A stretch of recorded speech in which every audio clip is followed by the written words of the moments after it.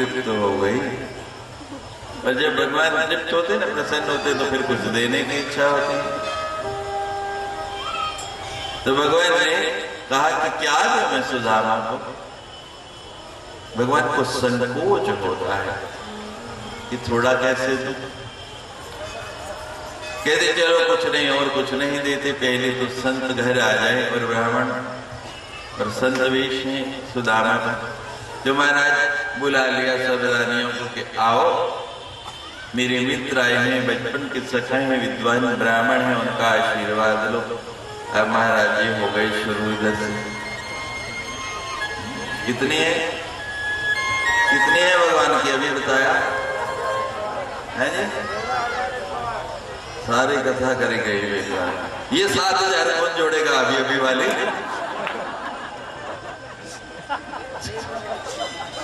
तेईस 30,000।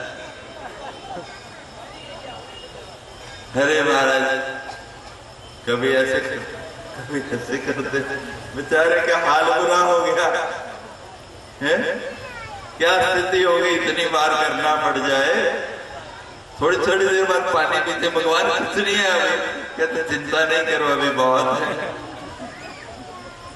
अब सबको आशीर्वाद हो गया तो कहते हैं अब ज्यादा देर रुकना भी नहीं चाहिए किसी के यहाँ जाओ, क्योंकि हम भी इसीलिए 7 दिन के बाद भाग जाते हैं। पहले दिन खूब आग भगत होती है महाराज, वो स्वागत होता है। दूसरे दिन उसमें थोड़ी कमी आ जाती है, तीसरे दिन, और जो है 7 आने के दिन 8वां दिन हो जाए तो फिर तो सवेरे उठते कब जाएगा ये, फिर तो सूखी रोटी मिलती है। होता है ना, ऐसा ही होता है, संसार का व्यवहार है। नहीं आप नहीं, आचरण वाले तो बहुत अच्छे हैं, सचमुच अच्छे हैं, इसलिए बोल दो अच्छे हैं तो जय जय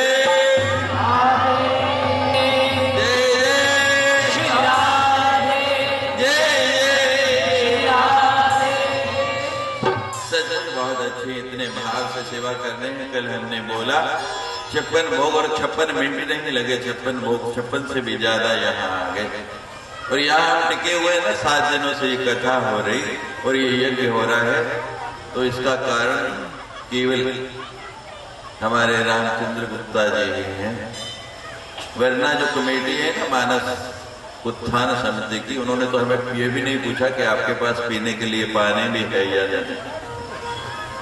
किसी भी संस्था के व्यक्ति ने ये भी नहीं जानना चाहा कि आप आए हैं हमारे नगर में, अतिथि हैं, आपको किसी वस्तु की आवश्यकता हो। केवल शिष्टाचार वाशी पूछ ले चलो, लेकिन भगवान उनका उत्थान करे। हो जाता है, कई जगह ऐसा हो जाता है।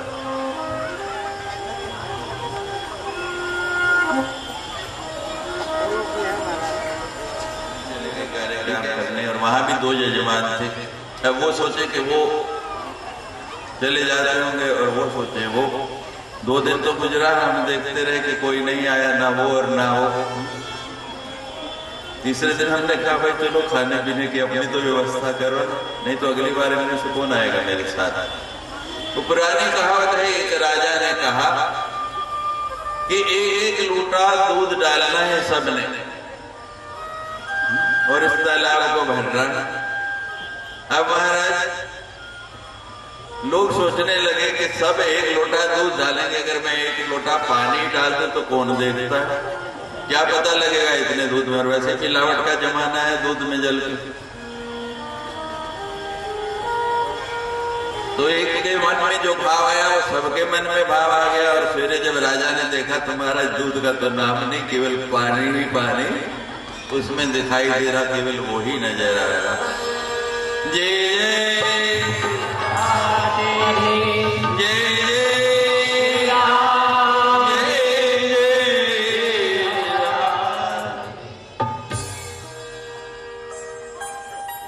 तो इसके बाद यदुवंश को ऋषियों का श्राप लग गया। सामने स्त्री का वेश बनाया, ऋषियों के पास जाके पूछने लगा कि उनका परीक्षण करने लगे कि लड़का होगा या लड़की। अब ऋषि तो महाराज सर्वज्ञ थे, जान गए। उन्होंने कहा इससे मूसल होगा। और वो जो मुसल हुआ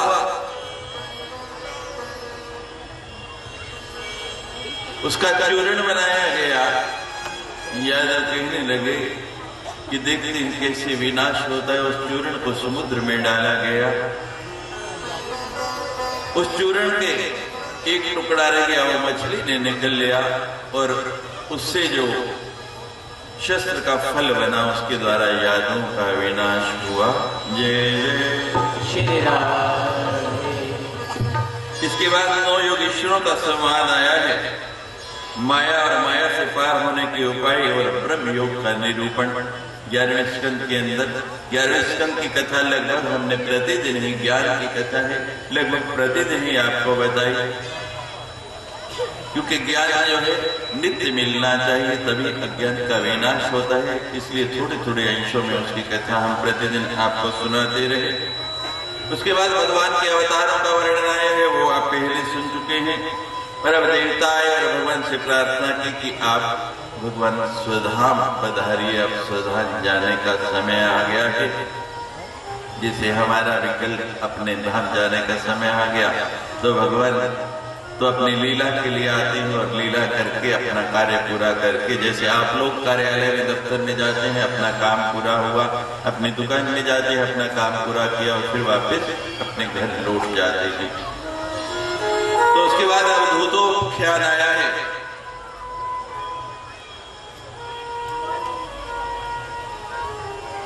भगवान दत्तात्रेय ने 24 गुरु बनाए हैं अवधूतों को ख्याल का बड़ा ग्रंथ के अंदर। पृथ्वी वायु आकाश म्यापो अग्नि चंद्रमा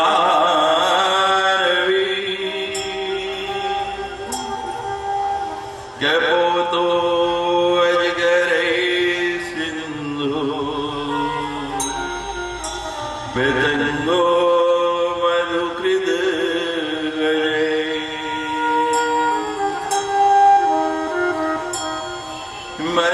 मधुहारिणो मीने पिंगला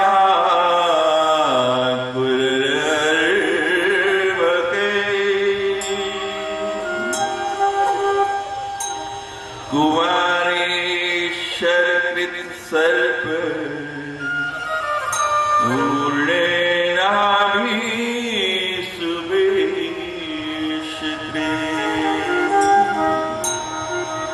जहाँ से भी ज्ञान मिल जाए वो गुरु, यथा देवी तथा गुरु, जो ज्ञान देता है।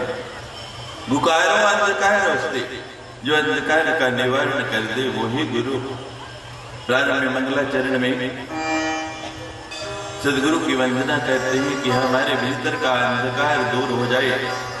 जिसके पास जो होगा वही दूसरे को दे सकता है। अगर भीतर प्रकाश आएगा तो दूसरे को आप प्रकाश दे सकते हैं, और अगर स्वयं में ही प्रकाश नहीं तो दूसरे को कैसे प्रकाशित करेंगे। यद प्रकाशेन भाति तत् यदा अन्येन नन्दन्ति तस्मै श्री गुरवे नमः। तो भगवान दत्तात्रेय ने 24 गुरु बनाए हैं। पहला गुरु पृथ्वी को बनाया है। पृथ्वी से क्षमा और धीरता की शिक्षा उन्होंने ली, असंगता ली कि किसी का संग नहीं। कई आए और कई गए इस पृथ्वी पर, लेकिन पृथ्वी निर्लीन पड़ी रही। दूसरा गुरु वायु को बनाया। वायु गंध को वहन करती है लेकिन संतुष्ट है, कितने कार्य करती है लेकिन वायु में संतोष का गुण है। तीसरा आकाश को गुण बनाया। आकाश अखंड है, व्यापक है, तो आकाश से अखंडता और व्यापकता का शिक्षा ले। अजगर से संतोष की शिक्षा ले। अजगर पड़ा रहता है, जो मिल गया आया खा लिया और नहीं मिला तो नहीं सही। सागर से धीरता की शिक्षा ले, कितना धीर गंभीर रहता है सागर।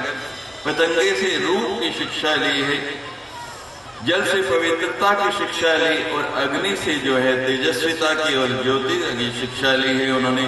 चंद्रमा से वृद्धि होती रहती है, क्षय होता रहता है, लेकिन चंद्रमा जो है उसी के उसी प्रकार सदा चमकता रहता है। तो खूब बढ़ाई हो जाए या खूब आपका अपकार हो जाए, बहुत पैसा आ जाए या नहीं, वो सम रहने की शिक्षा आपको चंद्रमा से लेनी है। सूर्य से कैसे जल जो है समुद्र का जल, लेकिन उसी तरह लौटा देता है वाष्प बना के। जिस जल को खरीदता है वर्षा बना के उसको वापस कर देता है। तो संसार में जो भी संपत्ति आपके पास आए उसको सूर्य की तरह बांटने की शिक्षा जो है सूर्य से प्राप्त करें। कबूतर से आसक्ति नहीं होनी चाहिए, ये कबूतर से उन्होंने शिक्षा ली है।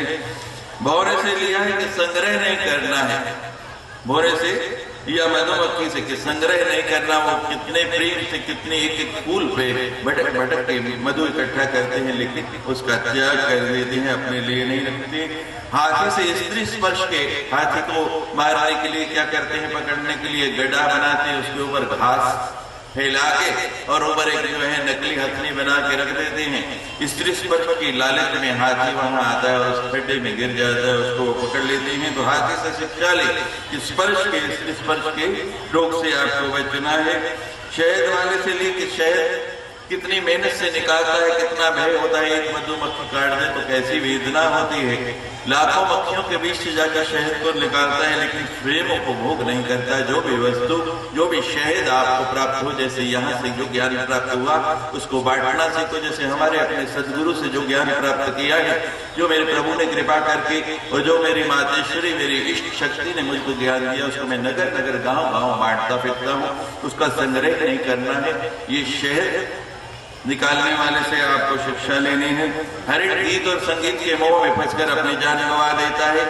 और गीत और संगीत सुनना है तो कितना सुंदर संगीत आप जो है हमारे साथ वाले आपको पिछले 7 दिन से सुना रहे हैं। ऐसा संगीत सुनो जिसमें मोह नहीं हो, आप इसमें फंसे नहीं।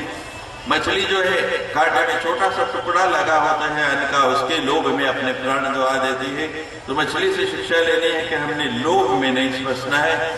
और पिंगला वेश्या से शिक्षा लिए, बूढ़ी हो गई और इंतजार करती है कि कोई ग्राहक आएगा, लेकिन बुढ़ापे में कोई नहीं आता। तो शरीर को भी बुढ़ापे में नहीं, जवानी में सत्कार्यों में लगा दो, भजन में लगा दो। कुरर पक्षी से शिक्षा ली है कि वो पक्षी अपनी चोंच में मांस दबा के आया तो चारों तरफ से पक्षी उस पर झपट पड़े, पर जब तक उसको मार मार के चोंचे लहूलुहान कर दिया, जब उसने उस टुकड़े को छोड़ दिया तो स्वयं ही सारे के सारे पक्षी चले गए। इसी तरह ये संसार है, आपके पास जब तक दाम है, जब तक आपके पास कुछ है तो सारे आपके पीछे दौड़ेंगे, और जब कुछ नहीं रहा तो कोई नहीं मिले आपके पीछे आएगा। ये कुरर पक्षी से उन्होंने शिक्षा ली है। बालक से शिक्षा ली, छोटा बच्चा है उसको मान अपमान की कोई चिंता नहीं है, कोई कैसा भी कर दे तो बालक के समान बन जाए। ज्यादा मान मिले तो भी खुश नहीं हो और अपमान मिले तो भी दुखी नहीं हो, ये बालक से उन्होंने शिक्षा ली है। कुंवारी कन्या से उन्होंने शिक्षा ली, एकांत में विचरण के घर में मेहमान आ गए तो वो धान कूटने लगे। धान कूटती है तो चूड़ियों की आवाज आती है, एक एक करके तोड़ती जाती है। जब तक दो दो भी रही तब तक भी तोड़ के दोनों हाथ में एक एक चूड़ी रह गई तो उसकी आवाज आने बंद हो गई। तो एकांत की जब तक आप संसार में रहेंगे यहाँ कलह रहेगा, जब तक दो है तब तक कुछ ना कुछ विवाद होता रहेगा। जब आप एक से जुड़ गए तो कोई विवाद नहीं रहेगा। तो ये उन्होंने कन्या से शिक्षा ली है। और बाण मारने वाले से उन्होंने शिक्षा ली है कि अपने मन को वश में करके रखना है। राजा की सवारी जा रही, वो लोहार बाण बना रहा है, उसकी वृद्धि इधर ही, उसको पता नहीं कौन निकला राजा या नहीं। तो अपने काम में, अपने उद्देश्य की ओर, अपने लक्ष्य की ओर आपको ध्यान रखना है। सर्प से उन्होंने शिक्षा ली कि अकेले भ्रमण करना है, अकेले ही अपने लक्ष्य को आपने प्राप्त करना है। तो ये शिक्षा उन्होंने सर्प से ली है। और मकड़ी से शिक्षा ली, मकड़ी अपने मुंह से जाला छोड़ती है और स्वयं ही उसको खा जाती है। तो ऐसे ही ये संसार है, ईश्वर अपने आप ही ये सृष्टि करता है और अपने अंदर ही उसको विलय कर लेता है। और भृंगी कीट से अंत में वो शिक्षा लेते हैं कि भृंगी किसी कीड़े को पकड़ लाता है, उठा के लाता है, और उसका जिस कीड़े को लाता है वो मिट्टी का उसने जो अपना बिल बनाया होता है उसके अंदर रख देता है। अब वो कीड़ा जो है उसका ध्यान करते करते ये भृंगी के अपने प्राण छोड़ देता है। तो ये भगवान दत्तात्रेय ने 24 गुरु बनाए हैं, ये अवधूतों ख्यान आया है। तो अपने अपने सदगुरु कैसे भी हैं उनमें आपकी निष्ठा होनी चाहिए, विश्वास होना चाहिए, एक उनमें श्रद्धा होनी चाहिए, उनका पूजन संस्कार आपको करना चाहिए। लेकिन संसार में कोई भी मिल जाए तो गुरु बनाने का ये मतलब नहीं, केवल उसी गुरु में श्रद्धा रहे। ज्ञान कहीं से भी मिले उससे ज्ञान जरूर लेना है। आओ हम अपने अपने सदगुरुओं के चरणों में प्रणाम करें, क्योंकि आज के युग में गुरु बिना गति नहीं। ये बात कही गई है, अभी विस्तार नहीं कर सकता। और कल का जो कार्यक्रम रहेगा, कल बताया गया है कि 12 बजे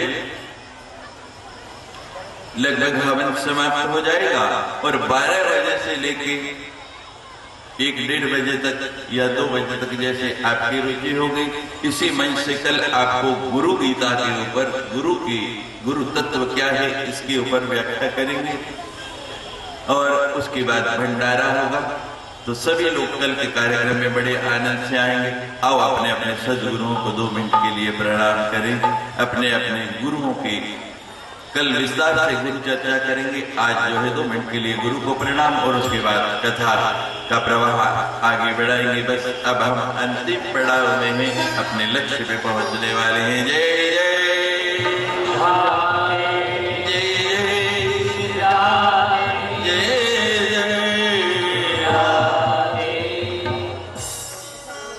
तो अवधूत दत्तात्रेय जैसे गुरु आए हैं, आप उनको आसन देते हैं।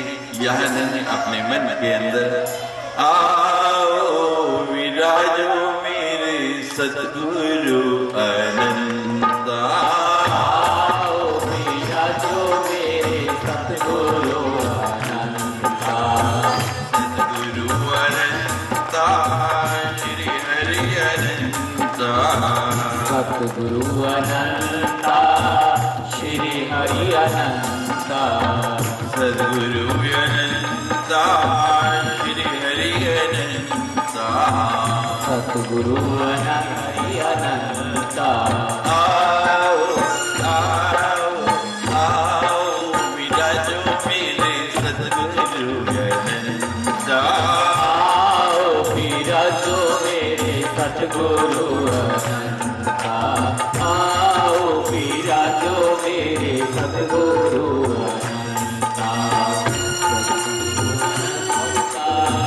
श्री हरि अनंत, सद्गुरु अनंत श्री हरि अनंत। आओ आओ आओ विराजो मेरे सद्गुरु अनंत, आओ विराजो मेरे सद्गुरु अनंत।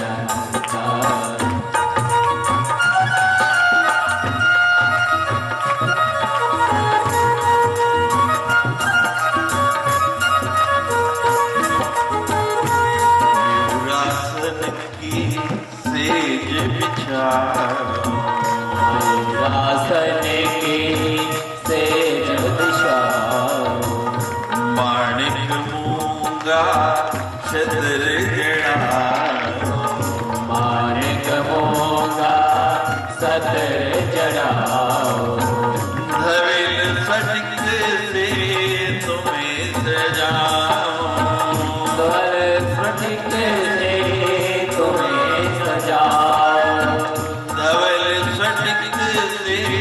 तुम्हें सजा दो, केसर चंदन तिलक लगा दो, महाबलवंता श्री हरिहंता, महाबलवंता श्री हरिहंता, महाबलवंता श्री हरिहंता।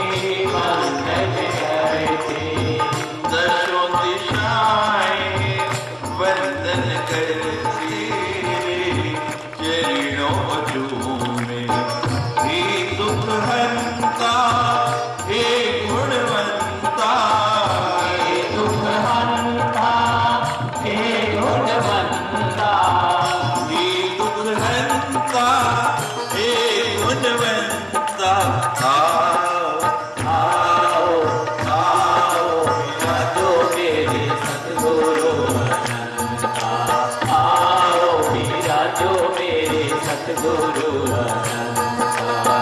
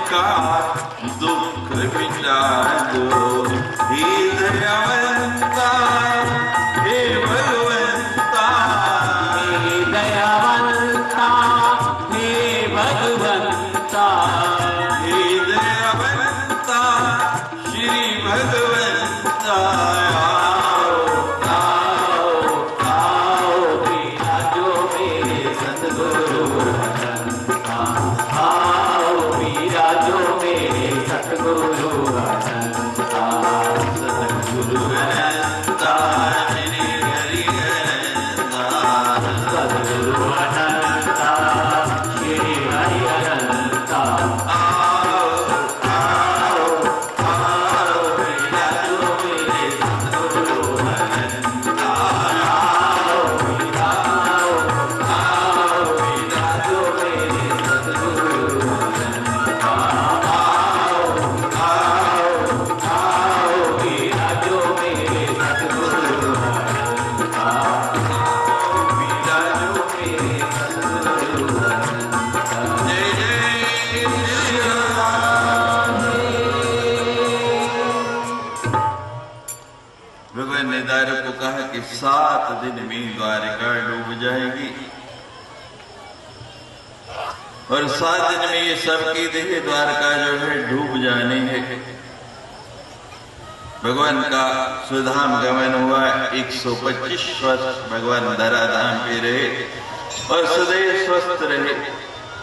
द्वापर पूर्ण हुआ, कली आ गया। 4 प्रकार के पहले बताए गए हैं। हर हर कल्प में प्रलय का समय अलग ढंग से हुआ। कली में अनेक गुण है, लेकिन कली में अनेक गुण होते हुए भी ये श्रेष्ठ है कलो केशव कीर्तना। क्योंकि जो फल सतयुग में सत्य से मिलता है, त्रेता में तप से मिलता है, द्वापर में दया से मिलता है, वो कली में केवल नाम संकीर्तन से मिल जाता है। और दान में 4 चरण है धर्म के, प्रकट 4 चरण धर्म के, और कली में एक प्रधान, ये इनके विधि दीजिए दान दिए कल्याण। तो धर्म का ये 4था चरण बचा है। कभी आप शिवालय में गए हैं, भगवान शंकर के मंदिर में गए हैं, यहाँ भी भगवान शंकर की स्थापना है, रामेश्वर है, देखा है? बाहर नंदी बैठा होता है। नंदी क्या है? धर्म है। और ध्यान से देखना, आप कल जाओगे तो नहीं, सोमवार को सभी जाते ही होंगे, कभी आपने नंदी का दर्शन किया? दौड़ते दौड़ते अंदर चले जाते हैं। नंदी को ध्यान से देखना, उसके 3 चरण में छिपाए हुए हैं। एक चरण केवल आपको नजर आएगा, एक चरण सामने नजर आएगा। कोई कलाकार की गलती नहीं है। और कहीं भी चले जाए किसी मंदिर में, अगर सही नंदी बनेंगे तो उनके 3 चरण छिपे हैं। क्यों छिपाए हैं? कि कली में ना सत्य है, न तप है, न दया है। 3 चरण उसके क्षीण हो चुके हैं। नंदी को साक्षात धर्म माना गया है। आपको बताया था कि गाय की पूजा करोगे तो वृषभ पे सवार होकर भगवान आएंगे, क्योंकि ये धर्म है। और भैंस के, तो भैंस का बछड़ा जो है किसका वाहन है? भैंसा यमराज का। तो फिर यमदूत आएंगे, अभी आने वाले हैं, फिर विष्णु दूत नहीं आएंगे। अगर विष्णु दूत या शिव दूतों को बुलाना है तो गाय की पूजन करना सीखो। और यही प्रतीक है, जब हम शंकर जी के मंदिर में जाते हैं, वो कहते हैं पहले गायों की पूजा करो, क्योंकि गाय में और बछड़े में धर्म है, नंदी धर्म का प्रतीक है। तो 3 चरण लुप्त हो चुके हैं कली में, चौथा ही चरण है करने को दान और लेने को नाम। और हमने आपको बताया था कि देना तो बड़ा कठिन है, देना आज के युग में बहुत कठिन है, इसलिए आप दे तो पाएंगे नहीं। तो दान नहीं भी दे पाए तो कोई बात नहीं, लेकिन नाम जरूर लेना है, नाम लेना है। लेंगे? बोलो नाम। तो अब दक्षिणा की बात करने पहले आगे की कथा फिर करते, क्योंकि आरती बाद में शुरू होती है। कर लेते भाई, 7 दिन कथा सुनाइए, दक्षिणा मिलेगी कि नहीं? बोलो, जो मांगेंगे दोगे पक्का? सब हाथ खड़े करके बोलो, हाथ ऊपर ही रखने हैं। बोलो कि 7 दिन हमने ये जो आदत डाली है भगवान का नाम स्मरण करने की, 4-4 घंटे आप यहाँ बैठे हैं, 4 घंटे नहीं लेकिन 1 घंटा प्रतिदिन इस नाम को स्मरण करेंगे। बोलो सब, बोलो हम प्रतिदिन 1 घंटा भगवान के नाम का स्मरण करेंगे। लड़के तो ज्यादा नहीं बोलते, तुझे पता है क्या होता है? देखो झूठ मत बोलना, हाथ खड़े करके आप भगवान के सामने कह रहे हैं ये साक्षात भगवान की मूर्ति है। बोलो हम 1 घंटा प्रतिदिन भगवान के नाम का स्मरण करेंगे। देखो अब आवाज बंद हो गई, अब तो आवाज बंद हो गई। जोर से बोलो सब, हम 1 घंटा प्रतिदिन भगवान का नाम स्मरण करेंगे। हाँ, और बोलो कि ये 7 दिन में हमने जो कमाई की है, कोई कितनी भी कीमत हमको दे, हम इसको बेचेंगे नहीं। कोई कितनी भी इसकी कीमत दे, इस नाम को हम बेचने वाले नहीं, इसको सुरक्षित रखेंगे। जैसे कंजूस का धन होता है उस तरह इसको तिजोरी में बंद करके रखेंगे, और यही धन आपको अंतिम समय में काम आएगा। यही मेरी दक्षिणा है, मुझे मिल गई। जय जय